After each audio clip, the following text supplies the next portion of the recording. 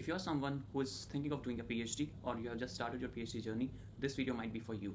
So stay tuned and watch the video till the end. So let's start with numbers.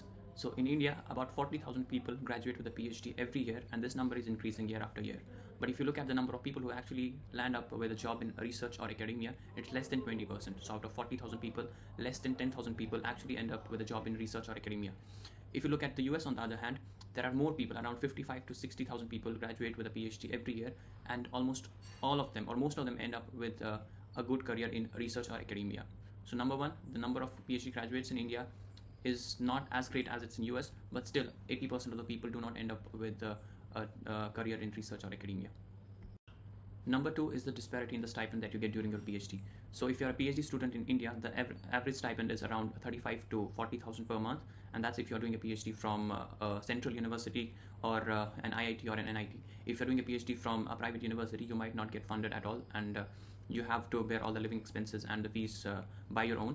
Compare that to US, the average stipend in US is around $2,000 to $3,000 a month, and that covers your living expenses. Your tuition fee is mostly paid for, you don't have to take care of the fees, and it covers your living expenses, and you can also make a decent saving with this amount.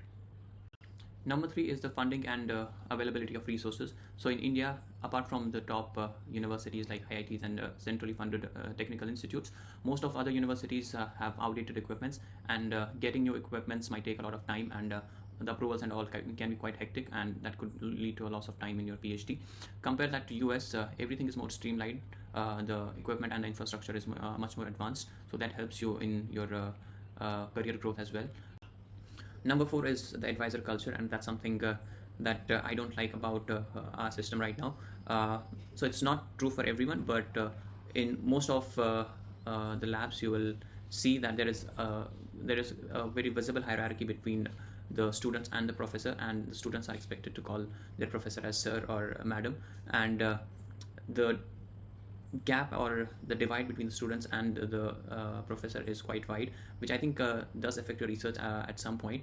This is not true for every lab or every professor. If I talk about my professor, I think I'm very fortunate that we never had this hierarchy, like at least he never made us feel that hierarchy. But in general, if you talk about the Indian research culture, I think this hierarchy system is very common, and it's a big problem for a lot of people. Compare that to US, I think their researchers or PhD students are seen more like peers than students. So when you're working on a problem, the PhD student is someone who can disagree freely with you without having to worry about the repercussions from the supervisor. So that's another thing that I think needs to improve in our current system in India.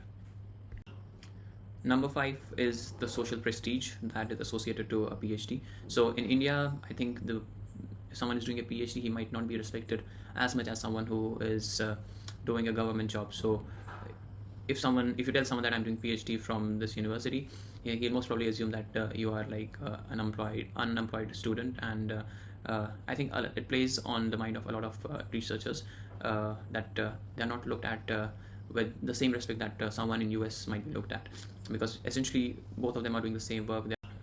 Okay, I think that's mostly what I wanted to talk about, but just a disclaimer, the things that I've talked about, I think most of you will realize that I haven't talked a lot of good things about doing a PhD in India, but that's the things that I said are actually true for most of the Indian universities, but there are exceptions, and I think we are improving day by day. But if you ask me right now whether you want to do a PhD from India or a foreign university, definitely I'll choose a foreign university because of the reasons that I told you, and that doesn't mean that everyone doing a PhD in India is suffering with these issues. There are very respected professors, and their labs have produced very renowned researchers, and a lot of people in India, they are doing PhD and they feel great about it. But if you talk about the community as a whole, I think we are definitely lagging behind a lot of other countries. So at this point, yeah, definitely if you're planning to do a PhD, do your thorough research, and if you want me to make a video on how to apply to foreign universities or to Indian universities, just drop a comment below, and I'll try to make videos on those topics in the future. Thank you. If you like the video, share the video with someone who might need it. Hit the like button and hit the subscribe button so that I get motivation to make more such videos. Until then, bye bye.